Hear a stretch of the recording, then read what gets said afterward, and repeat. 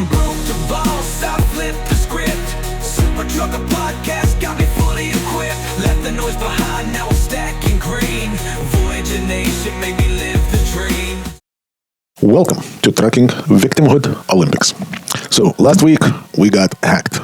Unfortunately, yes, have to admit, our internet security failed and we got hacked. Our email got hacked. At least one of our emails got hacked. The whole 9 yards, not just like access like to email. No, we were able to get into our email, send emails from our email, receive emails, and so on. And basically, we were able to book a few loads using our authority. The good thing is we caught up with that very, very quickly. And I think there is maybe only one or two loads that got booked. And then a lot more than that was prevented soon as we learned about it. But there is a little bit, the topic of this video, I want to talk about what the industry is doing wrong, why we will never be able to escape this death spiral. Just to be clear, 500 million to 700 million per year. That's the estimated losses from freight fraud, including identity-based scams, which pretty much what happened. And I'm sure our case is not getting into this number because it's never going to become official. And 15 to 30 billion dollar a year cargo theft that in many cases starts with identity theft and then it escalates into cargo theft. So now, what happened? Bad people obviously got hacked into our email account. We were able to book a couple of loads. Then we were trying to book a couple more loads, but we were pretty fast catching them and locking them out of the system. That's hell yeah, good for us, good for people that we were able to save. And then not so good for somebody else who actually probably the real victim of, in this case, are going to be the carriers that booked that freight from those scammers, and we're going to deliver that load, and most likely, my guess, we're never going to get paid for it, even though the scammers are going to get paid for it the bare minimum 50% if we ask for cash advance, maybe even the whole amount. We don't know that. So, but the audacity of the scammers, that was pretty eye-opening. So basically, we received a phone number and the name from one of the brokers that called us to thank for avoiding him losing a pretty important customer. And so he gave us the phone number and the name of the guy that was trying to book load with him. So we reached out to that guy. And first thing first, the guy acted like he has no idea what we're talking about. What is MC, sir? I don't know what is MC, sir. Then he slowly shifted. By the way, the funny thing is, freaking guy, man, he sounds like me. To some point, I was like, is that me on the phone? What do you guys think? Anyway, then this guy went down the route that somebody inside the company gave him that information, which is absolutely impossible. Our email passwords are being changed on very regular basis, and pretty much nobody unreliable gets access to that to begin with. Everybody is time tested and so on. And then we try to claim that one of our safety people was the person that gave them the access. That's, again, I call it BS. That person was with a company for 15 years. And the main job of that person is actually to avoid those issues. So come on, guys. You got to do better than that. Yeah, I got your password from someone else from your company. And then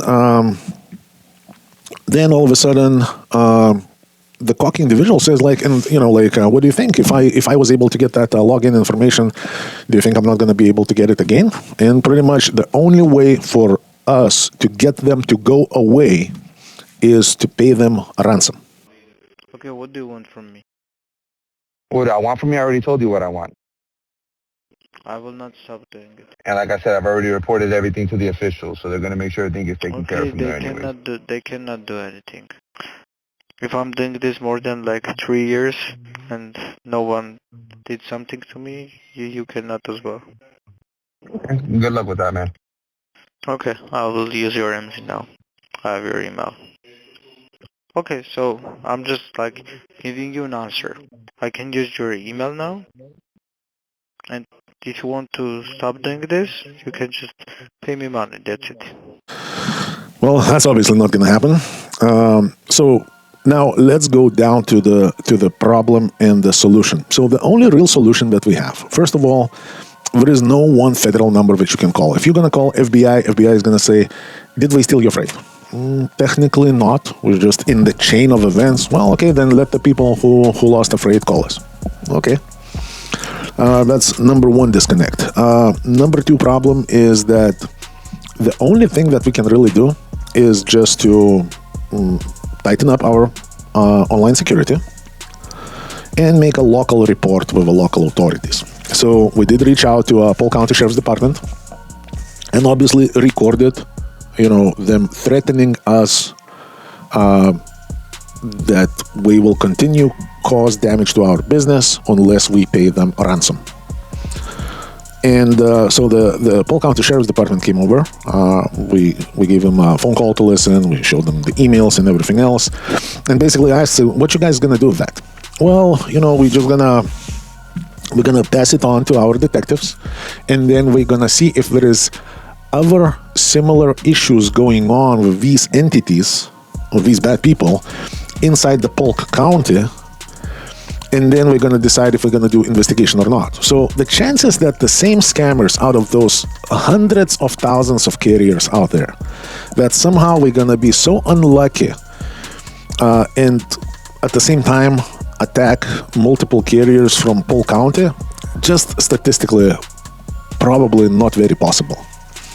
And then I'm like, and what if that's not going to be the case? Because we probably, just bought some information in the black market and, in so-called blacknet or darknet, whatever it's called, Skynet. And then probably next to our information, there was some other trucking companies' information, some of them in business, others not in business, some information still good, others information is already expired, passwords changed and everything else. So the chances are that the same scammers are attacking multiple carriers at the same time, but the chances of them being from Polk County is slim to none. So now, basically, all that shit, all that chaos is gonna die just like that. And basically, this is what the guy on the phone call says. He says, obviously to me, that's like, man, that's fucking cocky because, yo, kid, like, I've been in trucking 25 years. So if you think 3 years of scamming people is, something that you can brag about, I don't know. I think you're a shitty person to begin with. But at the same time, he sounds so cocky to where, what do you think if I was able to do it for 3 years and nobody can touch me? And I get where he's coming from. I hate the fucking dude, but I see where he's coming from, because most cases we're never gonna make it into these numbers that I gave you, into cargo theft or identity theft scams that involves cargo, because this case of ours is probably gonna die right here in Polk County. It's never gonna go anywhere else. And for something like this, I think the federal authorities, the DOT, FMCSA, I don't know, FBI, need to be a lot more proactive than that. Because we had a very similar incident, I don't know, probably about 8-9 months ago. That was even shittier because this one right here, at least we logged into our email, we cracked the system. The one that we had 8 or 9 months ago was not even booked from our email. So it was just booked from some dumbass at gmail.com. And some companies decided to give them a load. And then we tried to actually claim the loss of cargo on our insurance, even though we did not do their due diligence to verify the carrier. So in this case, I would say, maybe carrier has something to do. Maybe we need to tighten up our online security. But in that older case, hell no. Like, if you're booking a load with some Joe Schmo at gmail.com and you think Voyager is supposed to be responsible for it, no, we're not. How about no? Simple as that. So now, going back to the numbers, 500 to 700 million That's a conservative estimate. So I'm guesstimating that number is probably double, if not triple. Because here at Voyager, we already know where it's going to go. We already know it's not going to produce jack shit. We already know it's not going to do anything. So it's just going to die at that, most likely. And wait, like here at Polk County, we have the America's top sheriff, Grady Judd. If you never heard about the guy, look him up. America's sheriff, Grady Judd, out of Florida, Polk County. The best dude ever. And this case is probably going to die somewhere in trash can of Polk County Sheriff's Department. I think federal authorities need to get actually involved with these issues. We need to create very streamlined procedures for carriers, for brokers, for shippers to report these type of scams. Because right now, being dragged into these operations because of identity theft and feeling so powerless. And the dude laughs at us over a phone that there is nothing that you can do. And he sounds so cocky to where I'm feeling like, man, I wish your ass was right fucking here. We could solve this problem right here, right now. You know, like, cool talk. But in reality, he's fucking right. There is nothing that I can do about it. So, yeah, you know, shit is real. Problems are real. Unfortunately, government is not really doing anything to at least streamline the process for involved parties to help them to resolve those problems. And that's not only these problems. Like, for example, anybody in the industry knows, you know, like part theft. Like, for example, you have a brand new trailer that leaves brand new and comes back still brand new box, but the chassis is, you know, 15 years old all of a sudden. And nobody wants to do jack shit about it. Nobody wants to, you know, you have all kinds of information, the geolocation of the trailer at different times. You can pinpoint some shops that this trailer was visiting, and we most likely somehow involved with whatever is going on. Nobody wants to look at it. Nobody gives a shit. And this is why, you know, when sometimes I lose the